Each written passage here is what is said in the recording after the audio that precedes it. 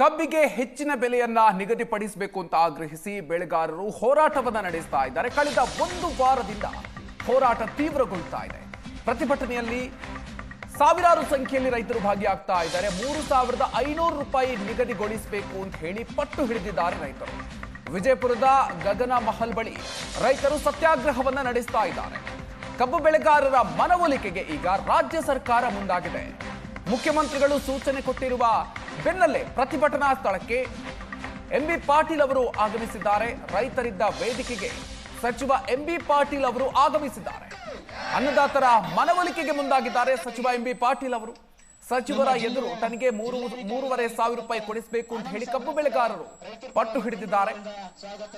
ಬೆಳೆಗಾರರ ಜೊತೆಗೆ ಸಚಿವರು ಈಗ ಮಾತುಕತೆಗೆ ಮುಂದಾಗಿದ್ದಾರೆ. ಬಿಜಾಪುರ ಜಿಲ್ಲೆಯಲ್ಲಿ ನಿನ್ನೆಯಿಂದ ಕಬ್ಬು ಬೆಳೆಗಾರ ಹೋರಾಟ ರೈತ ಪರ ಎಲ್ಲ ಒಕ್ಕೂಟದಿಂದ ಒಂದು ರೈತರಿಗೆ ಕಬ್ಬಿಗೆ ಯೋಗ್ಯವಾದ ಬೆಲೆ 3,500 ರೂಪಾಯಿ ಕೊಡಲೇಬೇಕು. ರೈತರ ಕಬ್ಬಿನ ಹೋರಾಟಕ್ಕೆ ನೋಡಿ ಸಾಮಾನ್ಯ. ಇನ್ನು ಚಿಕ್ಕೋಡಿಯಲ್ಲೂ ಕೂಡ ಪ್ರತಿಭಟನೆ ತೀವ್ರ ಸ್ವರೂಪಕ್ಕೆ ತಿರುಗಿದೆ. ಕಬ್ಬು ಬೆಳೆಗಾರರ ಹೋರಾಟ ಈಗ ಮತ್ತೊಂದು ಹಂತಕ್ಕೆ ಹೋಗಿದೆ. ಸಕ್ಕರೆ ಸಚಿವರು ಸ್ಥಳಕ್ಕೆ ಬಂದಿಲ್ಲ ಅಂತ ಹೇಳಿ ಕಬ್ಬು ಬೆಳೆಗಾರರು ಆಕ್ರೋಶವನ್ನು ವ್ಯಕ್ತಪಡಿಸಿದ್ದಾರೆ. ಸ್ಥಳಕ್ಕೆ ಬಾರದ ಸಕ್ಕರೆ ಸಚಿವರ ಪ್ರತಿಕೃತಿಯನ್ನ ದಹಿಸಿ ರೈತರು ತಮ್ಮ ಆಕ್ರೋಶವನ್ನ ಹೊರಹಾಕಿದ್ದಾರೆ. ಸಕ್ಕರೆ ಸಚಿವರ ಪ್ರತಿಕೃತಿಗೆ ಚಪ್ಪಲಿಯಿಂದ ಹೊಡೆದು ರೈತರು ತಮ್ಮ ಸಿಟ್ಟನ್ನು ಹೊರಹಾಕಿದ್ದಾರೆ. ಸಕ್ಕರೆ ಸಚಿವರು ಮೃತರಾಗಿದ್ದಾರೆ ಅಂತ ಹೇಳಿ ಧರಣಿ ಸ್ಥಳದಲ್ಲಿ ಅತ್ತು ಗೋಳಾಡಿ ತಮ್ಮ ಆಕ್ರೋಶವನ್ನು ವ್ಯಕ್ತಪಡಿಸಿದ್ದಾರೆ.